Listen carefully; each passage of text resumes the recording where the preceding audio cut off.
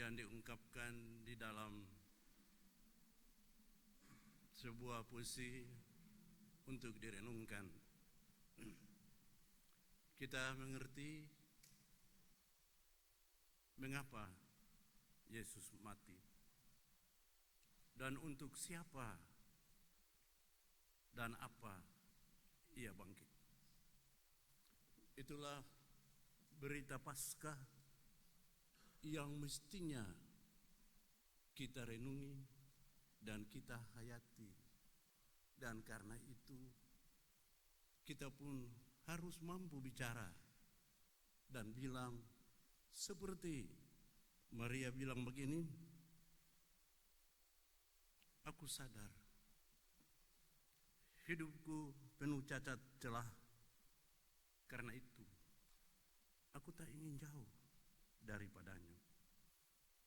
Orang lain mungkin tidak mau, tapi aku ingin tetap berdiri di bawah kaki salibnya.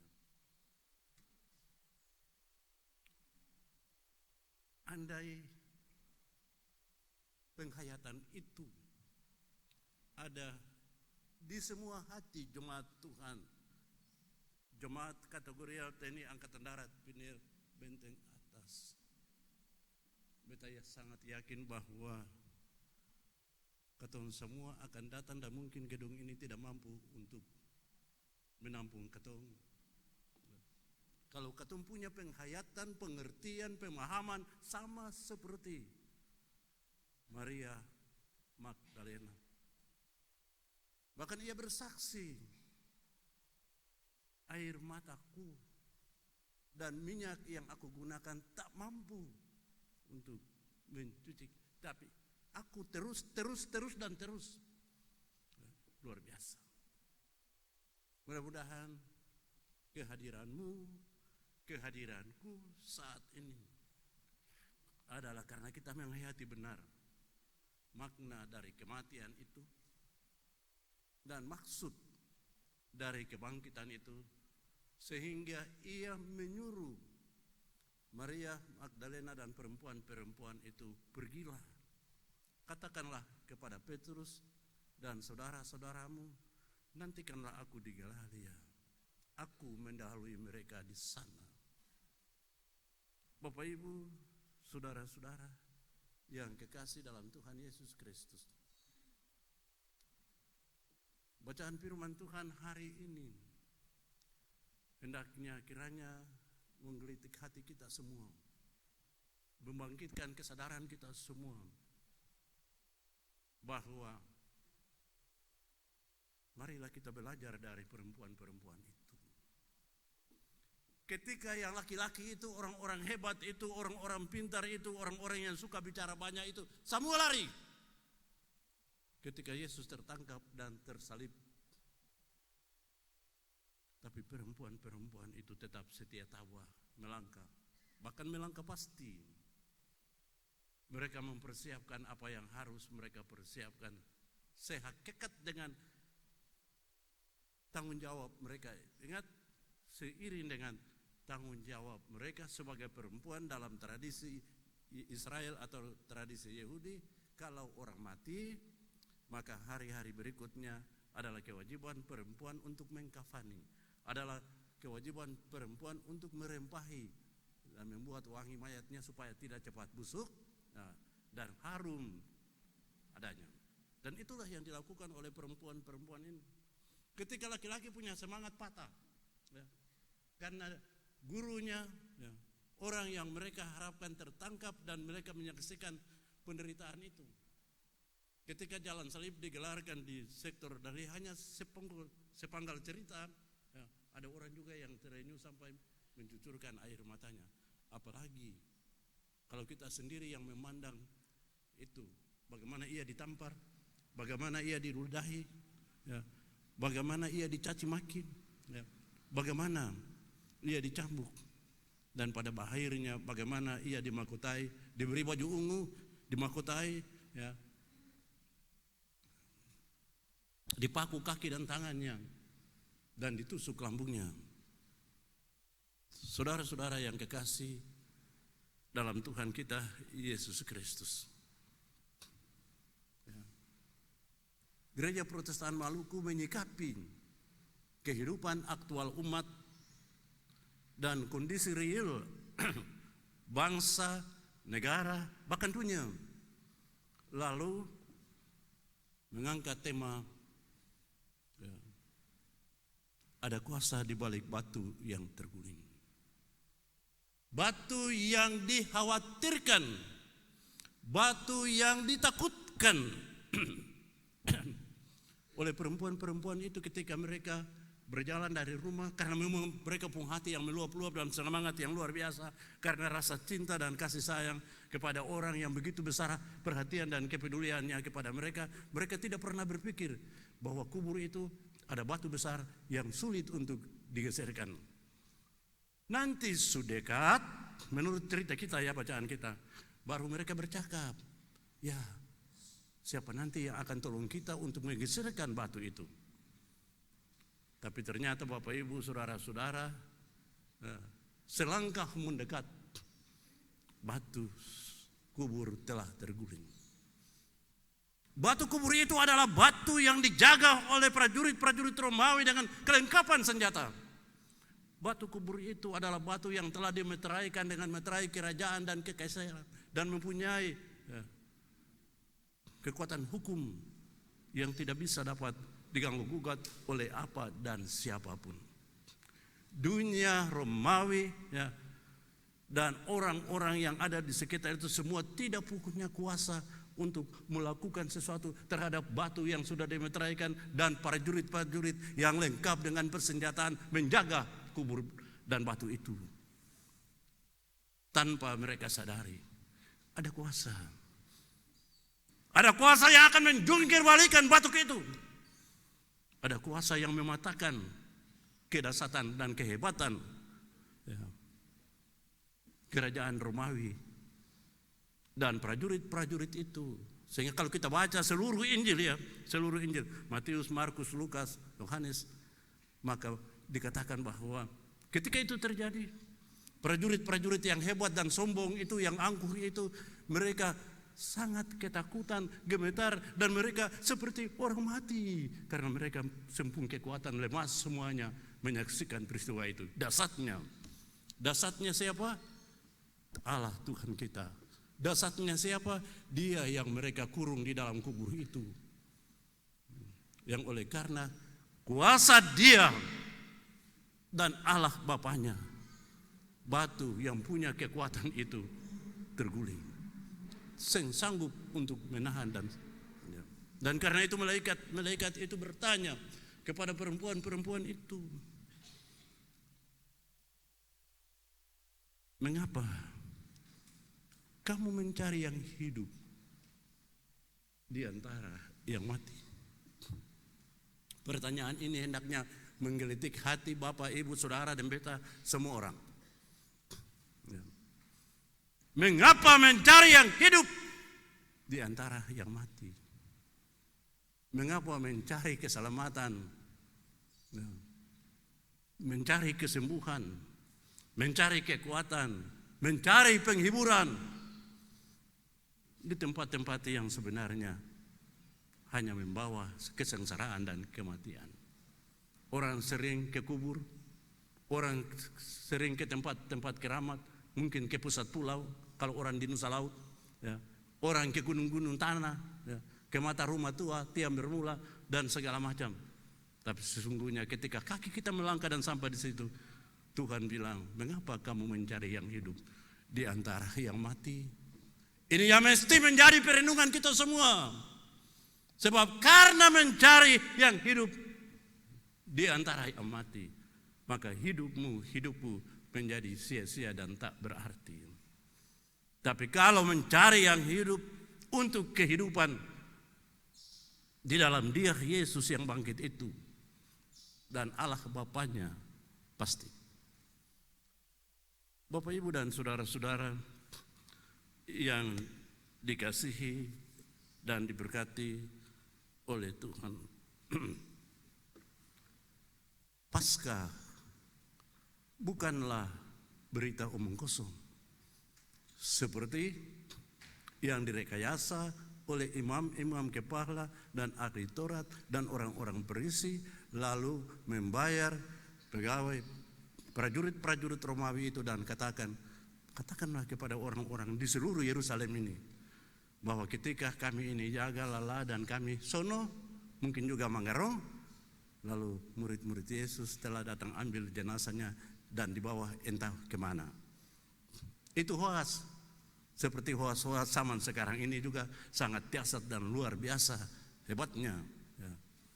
Yang kiranya tidak membuat saudara dan beta terjebak lalu mengambil langkah yang salah dan menyesatkan, langkah-langkah yang menjauhi Tuhan. Hendaklah langkahmu dan langkahku tetap seperti langkah Maria Magdalena. Aku tidak mau pergi jauh dari dia. Biarlah aku di sini saja, dekat di kakinya. Sebab di sisinya, di kakinya, dalam naungannya, hidupku terpelihara. Walaupun ada 1000 juta hambatan dan ancaman. Ada orang-orang kuat yang melebihi kekuatan raksasa, melebihi kekuatan kekaisaran Romawi dan prajurit-prajurit laskar-laskar yang kejam itu. Tapi tidak perlu kita khawatir, gentar dan takut. Sebab ternyata kalau Tuhan menjaga, kalau Tuhan menyertai dan Tuhan berkenan, ketika yang saudara risaukan dan saudara takutkan, pada waktunya batu sudah terguling.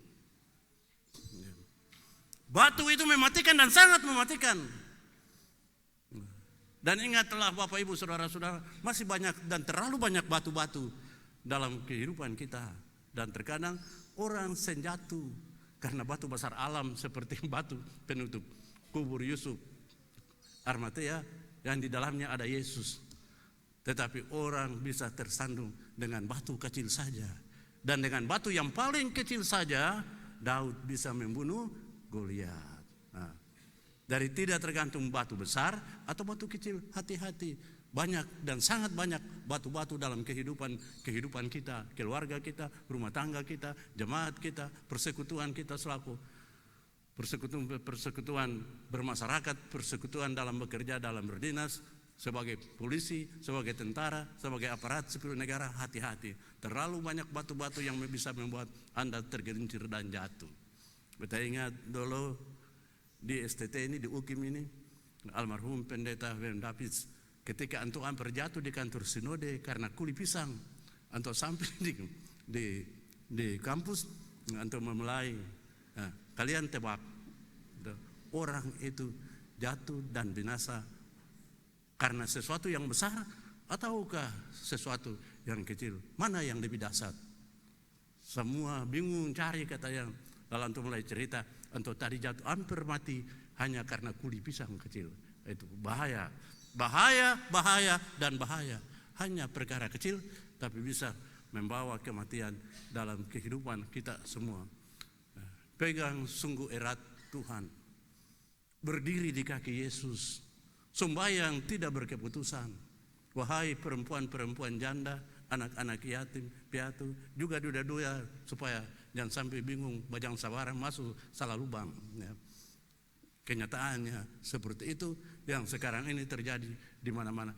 Ingat baik-baik, zaman ini semakin hari semakin gila.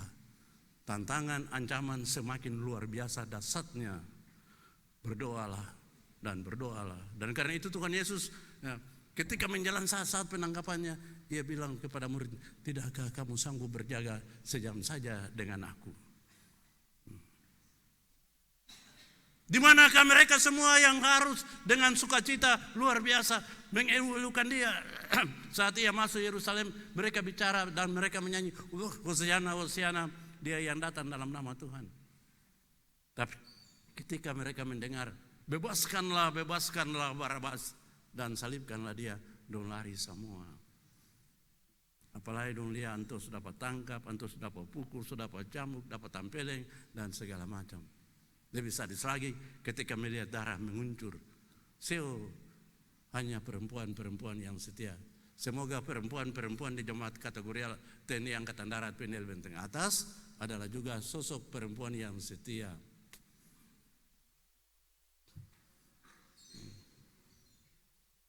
Yang setia sampai mati dalam menjalani hidup, menjalani tanggung jawab, menjalani keterpanggilannya. Dia telah perempuan-perempuan itu. Dan begitu dahsyatnya dan hebatnya Alkitab menghadirkan perempuan hebat dan perkasa yang tidak menghiraukan ancaman. Tapi mereka tahu apa kewajiban mereka? Ya, kewajiban mereka merampahi mayat Yesus supaya utuh, karena orang itu terlalu baik. Beta tahu jemaat Pinel Benteng Atas ini, perempuan-perempuannya maupun laki-lakinya, tua muda kecil besar, menganggap Yesus itu baik atau sembaik. Beta tahu berpulang pada hati dan pikiran kita masing-masing. Tetapi berbahagialah dia yang menyadari bahwa Yesus terlalu baik. Kebaikannya tak sanggup kita balas, dan karena itu tak sanggup kita beranjak pergi dari sini. Ya, alangkah indahnya kita bangkit berdiri dari rumah dan datang ke sini, daripada keluar dari sini dan pergi ke tempat yang tidak kita ketahui kemana, apalagi hanya untuk mencari kesenangan sesaat, ya, mencari harta dan kekayaan. Kalau mau mencari seperti itu bolehlah, tapi jangan datang ke kubur Yesus. Sebab kubur tidak akan memberikan apa-apa kepada saudara dan beta. Ya. Dan karena itu benar malaikat bilang, jangan mencari, mengapa kamu mencari yang hidup di antara yang mati. Ya. Itu harus menjadi penguatan bagi saudara dan beta dalam menjalani kehidupan ini. Apapun tantangan kecil besarnya, hadapi dengan yakin. Tuhan sujanji, aku menyertai kamu sampai akhir zaman. Dan janji itu bukan janji omong kosong, ya. Bukan janji anggota DPR menjadi DPR lalu berjanji bulan nanti sampai dunia kiamat sempurna ada. Yesus tidak seperti. Kita ada dalam masa Paskah, ya. Masa bahwa segala yang dinubuatkan sudah terjadi. Dan karena itu Yesus bilang sudah genap, ya. Tinggal satu lagi, apa? Menanti kedatangan Dia yang kedua kali. Mudah-mudahan saudara dan beta yang kemarin itu sorak orang Ambon dalam menyambut Paskah luar biasa. Ambon mengkilat bersinar di malam Paskah. Lalu pagi hari mulai masing-masing mencari rohnya sendiri, kesenangannya sendiri. Beta berjalan dari sini sampai di Suli karena ada saudara keluarga yang meninggal sana, pendeta Yan Mata Tula pun bapak mantu, beta pun orang tua lain. Ya, hanya gereja Galala, gereja Lateri, gereja Rumah Tiga yang di Lateri pun sebelah begitu, dan di Gideon yang ada ibadah, yang lain seibadah tidur semua, ada yang piknik dan segala macam. Tidak salah, ya, sekali lagi tidak salah. Tetapi jangan sampai kesukacitaan, kegembiraanmu, kesenangan menghilangkan tanggung jawabmu sehingga hari ini ketika seperti ini kosong begini. Ya. Tuhan juga senyum melihat ulah dan sikap manusia termasuk beta dan saudara-saudara. Mudah-mudahan kehadiranmu dan kehadiran hatiku hari ini dalam ibadah Paskah kedua di jemaat ini, di gedung yang ada wajah Tuhan yang tergambar di dalam sana, Pinel itu, ya, ketika pergumulan itu terjadi dan Yakub merasakan luar biasa Tuhan itu punya kuasa dan kebaikan. Demikianlah kiranya kita semua memaknai Paskah sebagai sesuatu yang bermakna dalam kehidupan kita. Dan biarlah karena Tuhan memperkenankan kita untuk berpaskah di tahun 2022, kita berjalan dalam semangat itu. Seperti semangat perempuan yang tidak menghiraukan apa yang menjadi sajalah. Tapi Tuhan tidak akan pernah meninggalkan. Amin.